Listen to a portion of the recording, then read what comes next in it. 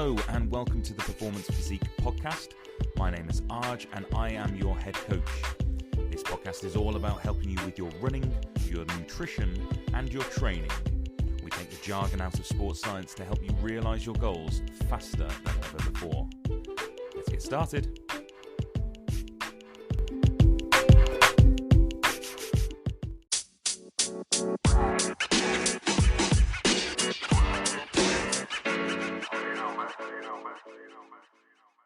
Each week here on the show, in the lead up to the London Marathon, I am having a chat with someone who knows a little bit more about marathon running and training than me. In fact, I'd say a whole lot more. And I'm getting as many top tips and just having a chat about what you should be up to in the lead up to the London Marathon. And joining me, he's back on the show. I have got friend of Radio London, performance coach Arj Thiruchelvam. You can get more details, by the way, on Performance Physique, and that is performancephysique.co.uk. Arj, it's great to have you back on the show. How have you been? Hello, Shay. I'm very well, thank you. How are you? I'm very, very well, thank you. It's been since the last time I spoke to you. I've been having a proper look up because you're going to be joining me on the day of London Marathon. Yeah, and oh my goodness me, it's a long 26 miles. That's how I feel looking at the map. I've got to be honest with you. Let's not tell the audience that. No, I know I probably shouldn't. But look, we're 3 weeks away now, aren't we, from the London Marathon? So what do you think at this point? And every time we have a chat every week, I want to break it up into two parts: those that are the seasoned marathon runners, and then those that are doing it for the first time. So for anyone who is a seasoned marathon runner and doing it for the first time, what should they be focusing on now with 3 weeks left? So 3 weeks to go. It is getting very real, isn't it? At this point, like you've just mentioned there, you've looked at the course. We know where our fueling stations are. But for both our newbies and our experienced groups, we should really start to be focusing on what our nutrition is going to look like in that final week, and when it comes up to the last couple of days before the race and even race day itself. It's really time to do a little bit of homework and make sure you can take the pressure off race day by doing a few things in preparation. So some people don't necessarily think about kind of, areas such as nutrition as much as maybe they're focused on their physical training, do they? Yeah, that's entirely correct. I've noticed over the years quite a lot of people actually go into racing the marathon. And, no matter how fast you're running it, you are racing the marathon. You are competing against that distance, as you've already said. And at a certain point, it pretty much comes down to the nutrition that you've taken on board in the run-up and on race day. It's no longer just the physical process of putting one foot in front of the other. It's your nutrition which is going to allow you to continue doing that, particularly as you get towards mile 17, 18. That's when we talk about hitting the wall. So why is that? To break that down a little bit more if you can, Arj, because I am intrigued by that. There's this kind of famous old saying, isn't it? You are what you eat. But especially if you're a marathon runner, as you say, it's going to be indicative of your performance on the day. And we're 3 weeks away, so nutrition seems like it needs to be the focus for marathon runners now. Yeah, so in effect, our physiology stores a certain amount of carbohydrates in our body as glycogen, and these are our stores. And this store opens up when you work at an exercise level which is completely personalised to you, but which requires you to work harder than normal. So when we're walking, they're not usually required.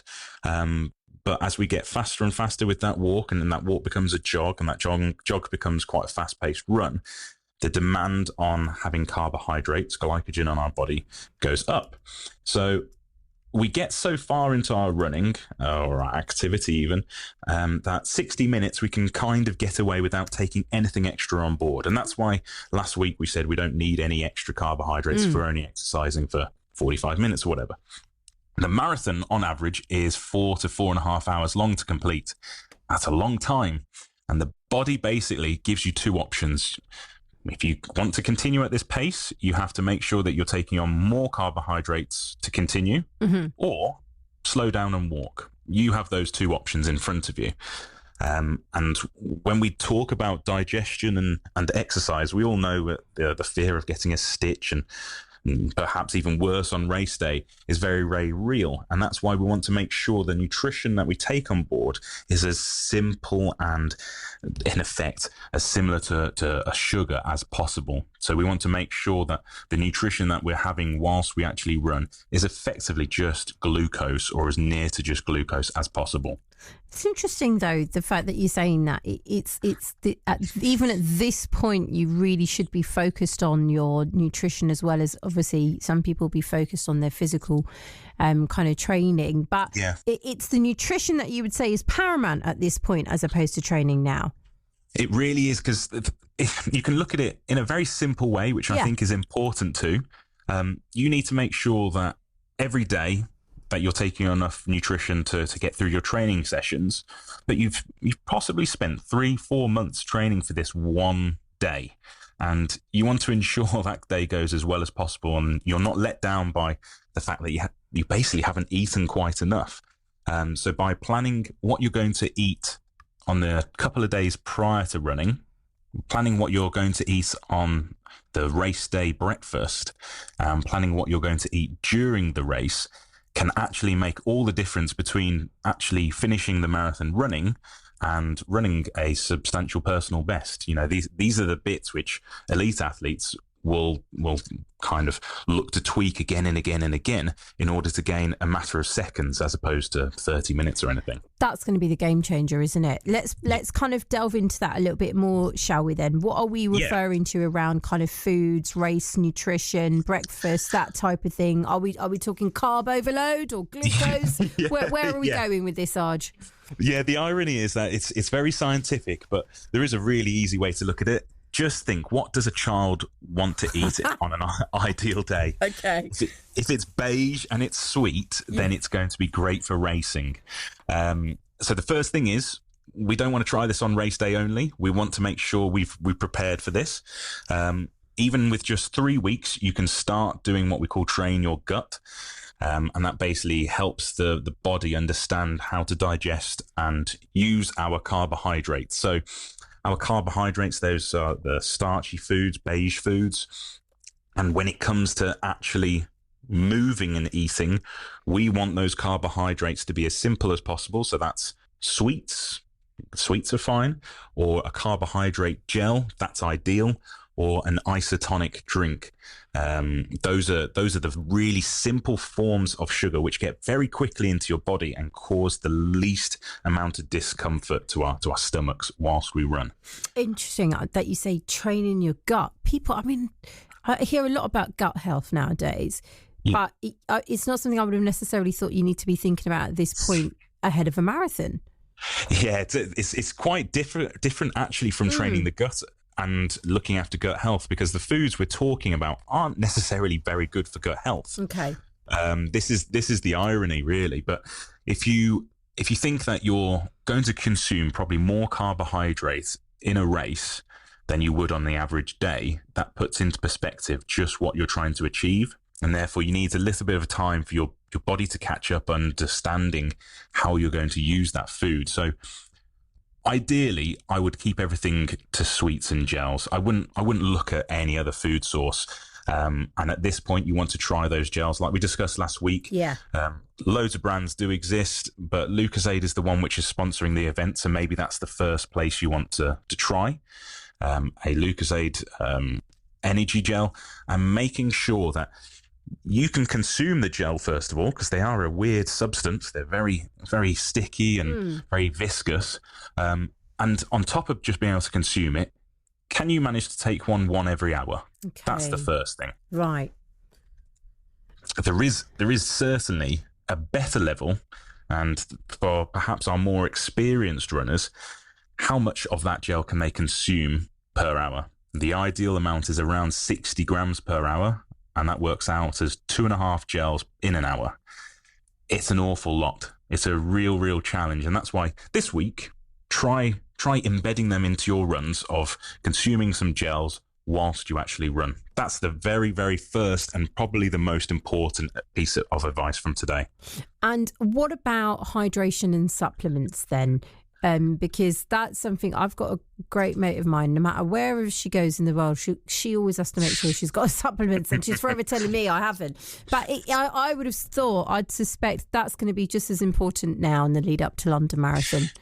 Yeah. So your supplements, again, keep things nice and simple. Stick with things that you have been using already, and your gel is going to be considered a supplement at this point in time. Make sure you're using it regularly in training.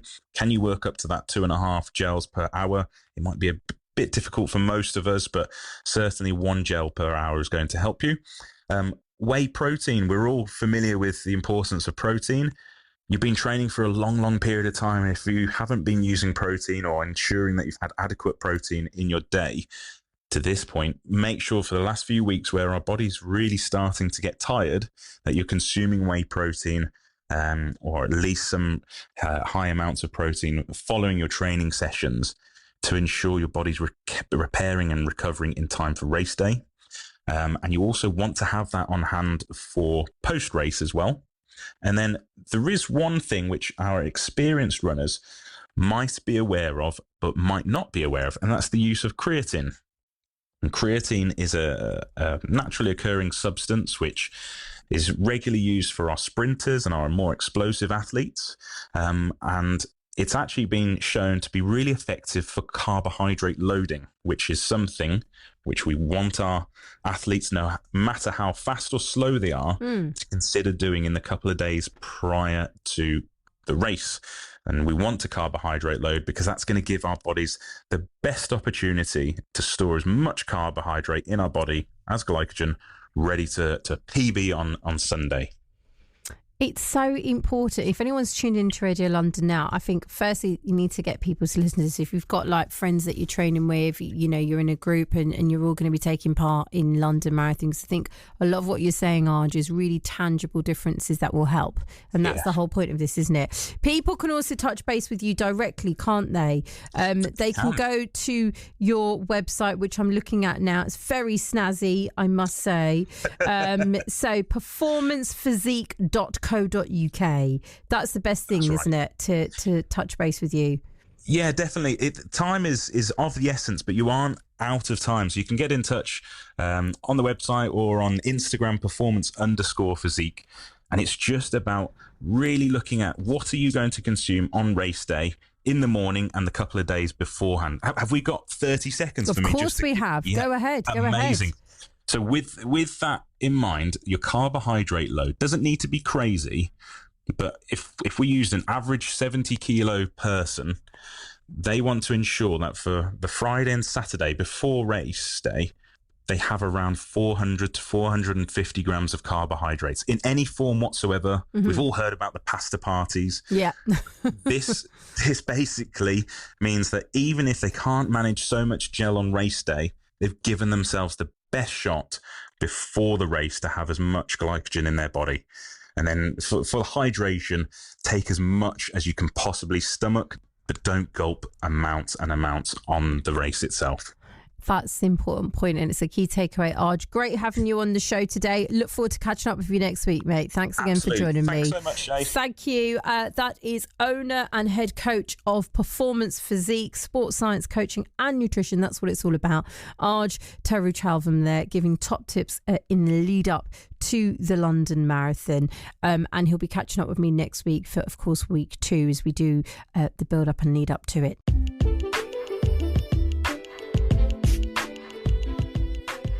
Thank you very much for listening to the Performance Physique podcast. Don't forget you can find us on Instagram. It's at performance_physique. You can find us on Facebook, Performance Physique, or if you just head to performancephysique.co.uk, we'll do our very best to help you. It will mean the world to me, though, if you can share this podcast with one friend this week. Right, for now, take care.